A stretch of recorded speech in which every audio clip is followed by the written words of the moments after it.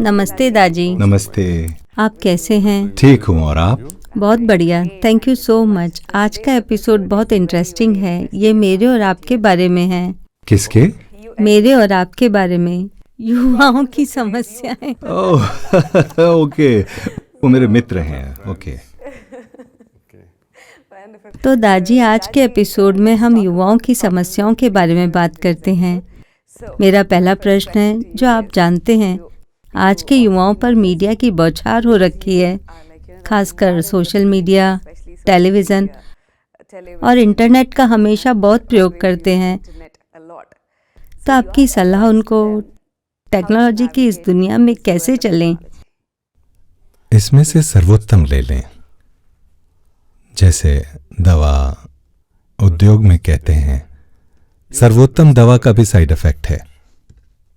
इसका मतलब ये नहीं कि जरूरत हो तब भी दवा न लें, साइड इफेक्ट तो होगा। जब मैं टीवी देखता हूं, इसकी अपनी प्रॉब्लम्स हैं, पर इसमें अच्छाई भी है। विवेकशील होने के नाते मुझे वही लेना चाहिए जो सही है। बहुत से अच्छे बच्चे हैं जो समझते हैं ये अच्छा है मेरे लिए, ये नहीं।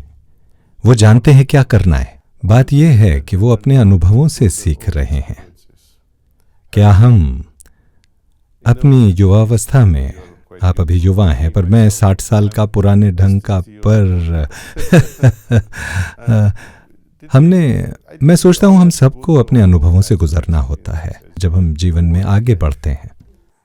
चीजें जो हम करते हैं युवा के रूप में, क्या आप अपने बच्चे को करने दोगे? खुद से पूछिए ये सवाल।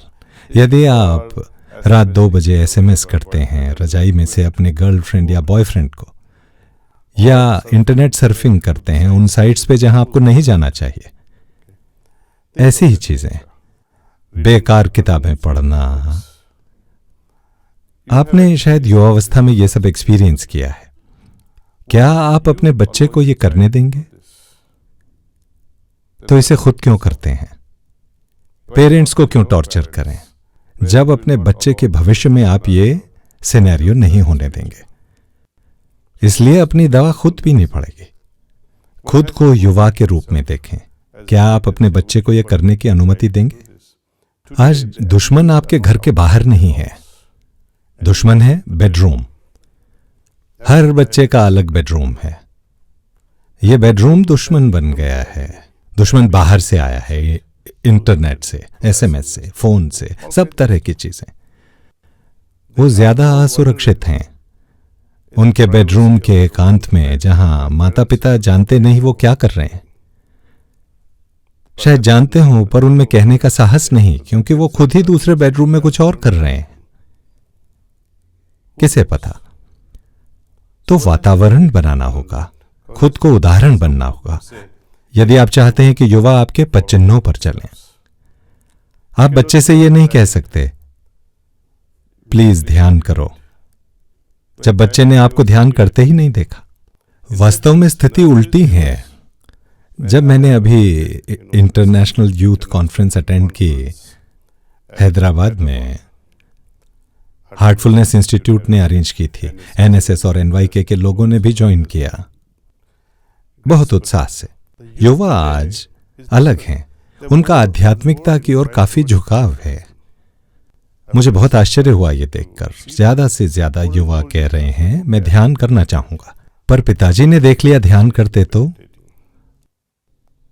उन्हें पेरेंट्स पर भरोसा नहीं है इतने अच्छे कामों के लिए। लड़कियां कहती हैं मैं ध्यान करती हूं तो मां डांटती है, तुम बन जाओगी साध्वी या कुछ। तो मैं सोचता हूं प्रॉब्लम्स अलग तरह की हैं। युवाओं को प्रोत्साहित करना चाहिए सही करने को। हमेशा आलोचना ही मत करते रहिए, तुम ये गलत कर रहे हो, वो गलत। हालांकि आप उनसे यदि कहें ये मत करो, क्या वो सीखे? आपको सुना भी? अपनी बात क्यों जाने दें? वास्तव में उदाहरण बने, सही काम करने की प्रेरणा दें, सही जीवन शैली अपनाएं, ताकि युवा उससे सीख सके कुछ। उनसे जोक्स शेयर करें, हर समय उपदेश मत दें। अच्छी कहानियां शेयर करें।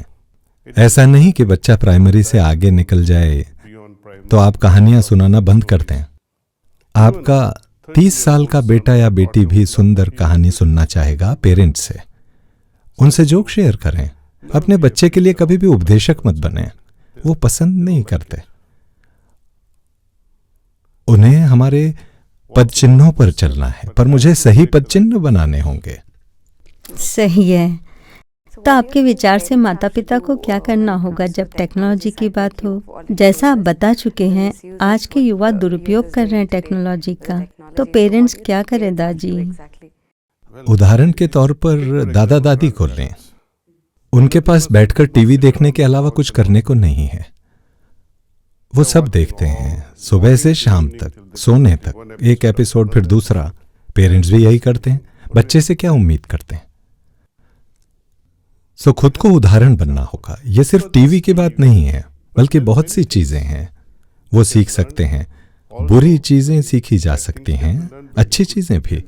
हमें अपनी जीवन शैली का नियमन करना होगा। यदि खुद से अच्छी फसल चाहते हैं तो हमें रेगुलेट करना होगा। सिर्फ आनुवांशिक पैटर्न का ही प्रभाव नहीं है, बल्कि मैं अपने जीवन को रेगुलेट कैसे करता हूं वो हमें देखेंगे। यदि वो बाहर वही चीज देखते हैं, घर में भी वही चीज, मित्र माता पिता वही चीजें कर रहे हैं, तो वही चीजें खुद करने में उन्हें गलत नहीं लगेगा, दोषी महसूस नहीं होगा। हमने संस्कारों के बारे में बात की पहले। अच्छे संस्कार, बुरे संस्कार। अच्छे संस्कार बनते हैं अच्छे काम, विचार, आदतों से। ऐसे ही बुरे संस्कार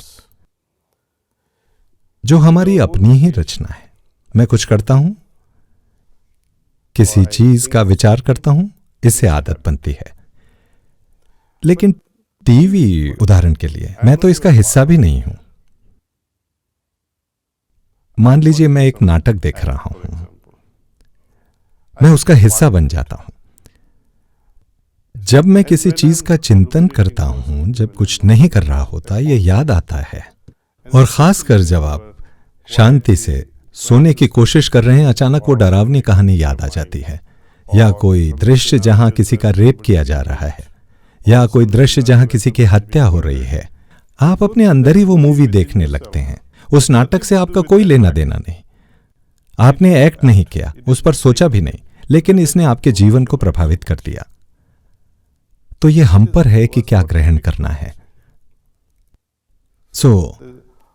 जीवन में प्रभावित करने वाली चीजों को हमारी चेतना के फिल्टर द्वारा छांट सकते हैं। कुछ खास चीजों को ही गुजरने दें। हम ये चुनाव भी कर सकते हैं कि हमारी चेतना के पर्दे से क्या फिल्टर करना है। इसके लिए थोड़े प्रशिक्षण की जरूरत होगी, बस मानसिक प्रशिक्षण, ध्यान से। मैं इसकी बहुत सिफारिश करता हूं, सब लोग ध्यान करें। आपने भगवान शिव की तस्वीर देखी है, फोटोग्राफ? हाँ, ध्यान करते हुए। ध्यान करते हैं, ठीक वो हैं, और उनके गले पर सांप लिपटा है, एक हाथ इस तरह से किए हुए हैं, ठीक। हनुमान जी ध्यान करते हुए, हृदय खोले हुए जहां सीता और राम बैठे हैं। और भगवान कृष्ण के बारे में युग पुरुष, वो प्रसिद्ध चित्र जहां वो ध्यान कर रहे हैं। सब प्रमुख देवतागण और देवियां ध्यान की मुद्रा में हैं। आप कभी सोचते हैं वो किसका ध्यान करते हैं? वो ध्यान क्यों करते हैं? अगर वो सोचते वो स्वतः पर्याप्त हैं, तो ध्यान करने की क्या जरूरत? फिर भी उन्होंने ध्यान किया। यदि अवतार पुरुष ध्यान कर सकते हैं, हनुमान जी जैसे भक्त ध्यान कर सकते हैं, भगवान शिव ध्यान कर सकते हैं, जब उन्होंने पाया कि ध्यान करना इतना महत्वपूर्ण है, हम कैसे कह सकते हैं आज जीवन में ध्यान जरूरी नहीं है? वास्तव में पहले से कहीं ज्यादा जरूरी है। यदि आप मन का नियमन चाहते हैं, खुद पर नियंत्रण करें और सही काम करें। यह हमारा मूल स्वभाव है, सही काम करें। सच है। तो आप कह रहे हैं कि माता पिता भी बच्चों के लिए सही उदाहरण पेश करें। मैं आपको कुछ उदाहरण भी दूंगा मेरे ऑब्जर्वेशंस के आधार पर। कई मित्र हैं जो अपने परिवारों के साथ रहते हैं, बच्चों के। जब वो बड़े हो रहे थे, एक मित्र ने बताया, जब भी हमने पहले ध्यान किया बच्चों के सोकर उठने के पहले, जैसे वो सुबह 6 बजे उठते होंगे, माता पिता ध्यान करते होंगे, बाद में जब बच्चे उठते, मुस्कुराते उठते थे। जिस दिन उन्होंने ध्यान नहीं किया, बच्चे चिड़चिड़ाते उठते, रोते हुए। क्यों? जब हम यही दृश्य लगभग सभी माता पिता के साथ देखते हैं, हम पाते हैं कि ध्यान पहले से ही शांति और तसल्ली का वातावरण निर्मित करता है, जो बच्चे एब्जॉर्ब करते हैं। जिम्मेदारी हमारे ऊपर है। सही वातावरण बनाने की जिम्मेदारी हम पर है। यह सिर्फ सही व्यवहार करना ही नहीं है, बल्कि काम करना, गुप्त रूप से, चुपचाप अपने कमरे में ध्यान करना। इसका असर हर जगह होता है, सिर्फ आपके बेडरूम या घर तक ही नहीं, बल्कि जो लोग आपसे जुड़े हैं उन पर भी। उदाहरण के लिए, आपका बच्चा हॉस्टल में पढ़ रहा हो, आपके बच्चे का बस एक विचार या बच्चा आपके बारे में सोचे जब आप ध्यान कर रहे हैं या आपकी ध्यानस्थ स्थिति है, इसका असर होता है उन पे सकारात्मक, पॉजिटिव एनर्जी बहेगी। हाँ, दो प्रेमियों के बीच ऑस्मोसिस जैसे। दूरियां माने नहीं रखती। बहुत अच्छी बात है दादी। अब चुनाव करने के विषय को लेते हैं। इन दिनों युवा भ्रमित हैं। स्मार्ट मोबाइल लेना हो, स्मार्टफोन हो सकता है या कुछ और, करियर विकल्प चुनना, वो चॉइस को लेकर हमेशा कंफ्यूज रहते हैं। उन्हें आपकी सलाह चॉइस के बारे में, वे इसे कैसे कर सकते हैं? सिर्फ ये नहीं, मैंने उदाहरण दिया था, लेकिन उनके पूरे जीवन में यह करियर हो सकता है। चुने कैसे? हृदय को फॉलो करें। कहना आसान है, करना मुश्किल। ज्यादातर लोग जब दोराहे पे होते हैं, उदाहरण के लिए अक्सर मुझे रिक्वेस्ट आती है जब वो 10वीं या 12वीं कक्षा में होते हैं, मैं कौन सी लाइन चुनूं, किस कॉलेज में जाऊं, ग्रेजुएशन के बाद मुझे मास्टर्स करना चाहिए या शादी करके सेटल हो जाऊं, ऐसी ही चीजें। और कुछ समय बाद मित्र बन जाते हैं, बहुत लोगों से जान पहचान होती है, कहते हैं अंकल मैं किससे शादी करूं, ऐसी ही बातें। अब प्रॉब्लम है जब आपके पास बहुत चॉइस हो, बड़ी प्रॉब्लम हो जाती है।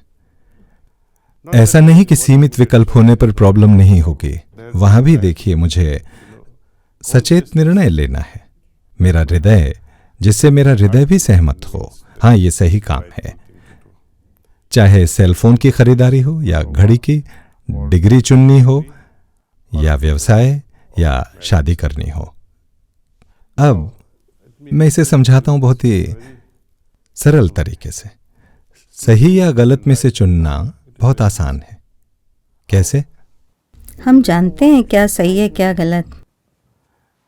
हम मुश्किल ही जानते हैं जब ये सही होता है, लेकिन हम निश्चित ही जान जाएंगे जब गलत होगा। उदाहरण के लिए, जब मैं चीजों को सामान्य रूप से देखता हूं, सामान्य सूंघ पाता हूं, सामान्य रूप से सुन पाता हूं, या डिनर या लंच के दौरान मैं अचानक स्वाद खो देता हूं, ओह चीनी का स्वाद कुछ और ही आ रहा है, या मैं कुछ सुन नहीं पा रहा हूं, या चीजों को देख नहीं पा रहा हूं, ये सब अप्राकृतिक हैं, मेरी इंद्रियों में कुछ गड़बड़ है। शरीर के पास आंतरिक संकेत हैं, ओह मैं ठीक से सुन नहीं पा रहा हूं, कुछ गलत है। लेकिन जब आप ठीक से देख सकते हैं, सुन सकते हैं, आपका हृदय आपको बधाई नहीं देता, विंध्या बधाई हो, आज आप चीजों को ढंग से देख पा रही हो। यह सही चीजों के लिए बधाई नहीं देता है।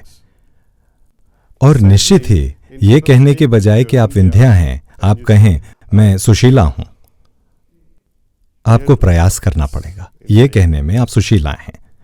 गलत चीजें करने के लिए प्रयास की जरूरत है, सही काम करने में कभी प्रयास नहीं करना पड़ेगा। समझने के लिए बहुत ही आसान है। 2 साल का एक बच्चा भी जब अपना दूध का ग्लास गिरा देता है, वो समझ जाता है ओह कुछ गलत हो गया है, रोना शुरू कर देता है। पर एक वयस्क ग्लास गिरा देने पर ग्लास के टुकड़ों को कालीन के नीचे छिपाने की कोशिश करता है।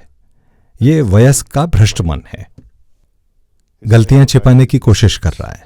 बच्चा ये नहीं करेगा, वो रोएगा, मां की मदद मांगेगा। वयस्क गलतियों को छिपाने की कोशिश करेगा यदि वो सही व्यक्ति नहीं है। सही व्यक्ति या समन्वित व्यक्ति, तो ये पता करना आसान है क्या सही है क्या गलत, इस सिद्धांत के आधार पर। अगर कुछ गलत है, हृदय हमेशा उसे जान लेगा। आपको प्रयास करना होगा। प्रयास करें पालन करने का साहस से।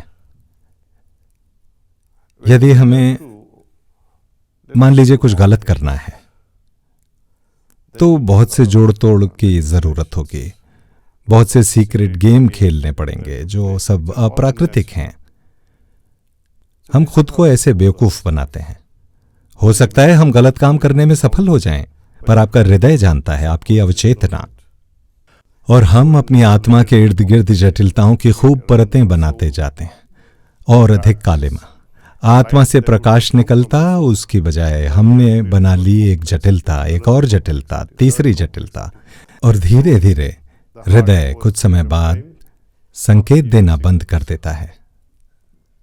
संकेत कमजोर हो जाएंगे और कमजोर। लेकिन जो व्यक्ति हर संकेत का अनुसरण करता है, हृदय हमेशा अच्छे और बेहतर संकेत देता रहेगा, जोरदार, स्पष्ट। अपने हृदय को आप जितना वश में करेंगे, ये विफल होगा। सही है। तो जीवन साथी चुनना भी ऐसा ही खेल है। आप जानते हैं, पहली झलक में ही ये सही व्यक्ति नहीं है, लेकिन फिर आप समझाते हैं, ओ उसके पास फेरारी है, मर्सिडीज है, उसके पेरेंट्स अमीर हैं, उससे शादी करनी चाहिए। आप जस्टिफाई कर रहे हैं। लेकिन जब व्यक्ति सही है, चाहे वो गरीब हो, आपका हृदय कहेगा हाँ मुझे इससे शादी करनी चाहिए। केवल अभी ही नहीं, यह हमेशा होता रहा है, अतीत में भी। समान चीजें एक साथ आती हैं। अमीर परिवार एक साथ कभी मिलते जुलते नहीं हैं, वर्गों से, विभिन्न वर्गों से। यह समाज की विफलता है। यदि केवल प्रेम प्रबल होता तो मैं नहीं समझता कि आधुनिक दुनिया में इतनी अशांति होती। हम यहाँ विवाह की बात कर रहे हैं। मैं एक प्रश्न पूछना चाहूंगी। कुछ लोग शादी के लिए पुरानी परंपरा का पालन करते हैं और कुछ लोग प्रेम करते हैं और विवाह करते हैं। अरेंज मैरिज और लव मैरिज में से आपके अनुसार कौन सी बेहतर है? मैं दोनों पर निर्भर करूंगा। मुझे प्रेम चाहिए और परंपरा भी। जैसे मैं किसी से प्रेम करता हूं तो मुझे अपने माँ या पिता से बात करनी चाहिए, पापा मम्मी मैं उससे प्रेम करता हूं, आप दूसरे परिवार से मिलिए, इसे तय कर दीजिए। ये इतना ही आसान है। लेकिन कई बार माता पिता इस मामले में अपनी बात रखना चाहते हैं। मेरे हिसाब से करो या घर छोड़ के चले जाओ। मैंने ऐसी भी परिस्थितियां देखी हैं जहां बच्चे अपने दिल से रोते हैं और कहते हैं मेरी माँ नहीं सुन रही, पिताजी नहीं सुन रहे हैं, यदि मैं इस व्यक्ति से शादी करूं तो उन्होंने घर में कभी ना आने की धमकी दी है। देखो, ऐसा दृश्य होता है, लेकिन तब वास्तव में कौन कष्ट उठाता है? जब आप प्रेम किसी से करते हैं और शादी किसी और से, आप कष्ट भोगते हैं, वो व्यक्ति कष्ट पाता है। दो लोग। बाद में एहसास होता है आपने इच्छा के विरुद्ध जाकर किसी और से शादी की है, वो भी कष्ट भोगता है। और वो व्यक्ति जिसे आपने छोड़ दिया, उसने भी किसी से शादी की। तो इस इक्वेशन में 4 लोग हैं। ये श्रृंखला चलती रहती है। माता पिता को यह समझना होगा। बेशक बच्चे गलती करेंगे, लेकिन एक सीमा तक हम उनकी राय का सम्मान करें। साथ ही बच्चे भी अपने पेरेंट्स के विवेक का सम्मान करें। कम से कम उन्होंने जाना है, खुद की गलतियों से सीखा है, किस तरह का पति या पत्नी आपके लिए क्या कर सकती है। वो हमसे ज्यादा अनुभवी हैं, उन्होंने कष्ट सहे हैं, शायद आनंद भी लिए हैं, तो उनकी गलतियों से हम कुछ सीख सकते हैं। आप किसी को भी दोषी नहीं ठहरा सकते, बच्चा, समाज या माता पिता। प्रत्येक स्थिति अलग है। हम लेबल नहीं लगा सकते कि प्रेम विवाह हमेशा अच्छे हैं या तयशुदा विवाह हमेशा अच्छे हैं। ऐसा कुछ नहीं है। आप ये निष्कर्ष नहीं दे सकते। आपको एक और परिदृश्य देता हूं। प्रेम विवाह उदाहरण के लिए, एक प्रेमी है और एक प्रिय। शादी के पहले वो बहुत प्यार करते हैं एक दूसरे को, शादी के बाद भी ये चलता है। प्रेम गहन है। फिर एक दिन आता है, प्रेम संबंध में हमेशा बढ़ती रहने वाली भागीदारी है। और इस बढ़ती भागीदारी से क्या होता है? जब मैं किसी को प्रेम करता हूं, मेरा स्व कम से कम और कम होता जाता है और वो व्यक्ति जिसे मैं प्रेम करता हूं वो मेरा सब कुछ हो जाता है। इस प्रक्रिया में मैं खुद के लिए तुच्छ बन जाता हूं और गलती से एक दिन यदि मुझे एहसास हो कि ये मैंने क्या किया, आप अपनी स्वतंत्रता खो चुके हैं, अपनी पहचान खो दी है। और जब आप इस बारे में सचेत होते हैं तो खुद के प्रति रक्षात्मक होना शुरू कर देते हैं, खुद को दूर करना शुरू कर देते हैं। और जब ये होता है दूसरा व्यक्ति भी संवेदनशील है, प्रेम अब अलग कर रहा है। जब इन दो प्रेमी और प्रिय का विलय होने वाला है और एक बहुत रक्षात्मक हो जाता है तो प्रेम विफल हो जाता है, प्रेम विवाह असफल हो जाता है। तयशुदा विवाहों में जब प्रेम है ही नहीं तो विफल क्या होगा। पर चाहे वो शुरू करते हैं नेगेटिव बैलेंस या जीरो बैलेंस से, धीरे धीरे सही जीवन शैली के साथ प्रेम परिपक्व हो सकता है समय के साथ, ये केवल बढ़ ही सकता है। यहां आप बिग बैंग से शुरू करते हैं और जब वो रक्षात्मक तंत्र शुरू हो जाता है, ओ ये रिश्ता मुझे निगल रहा है, मैं अपनी आजादी खो रहा हूं, वहां बंटवारा है, अलगाव है। इसलिए दोनों के फायदे हैं, नुकसान हैं। प्रेम के साथ इससे गुजरना है। सही है, जैसा आपने कहा हृदय को फॉलो करें, अपने हृदय को फॉलो करें। सुंदर है, सच है दाजी।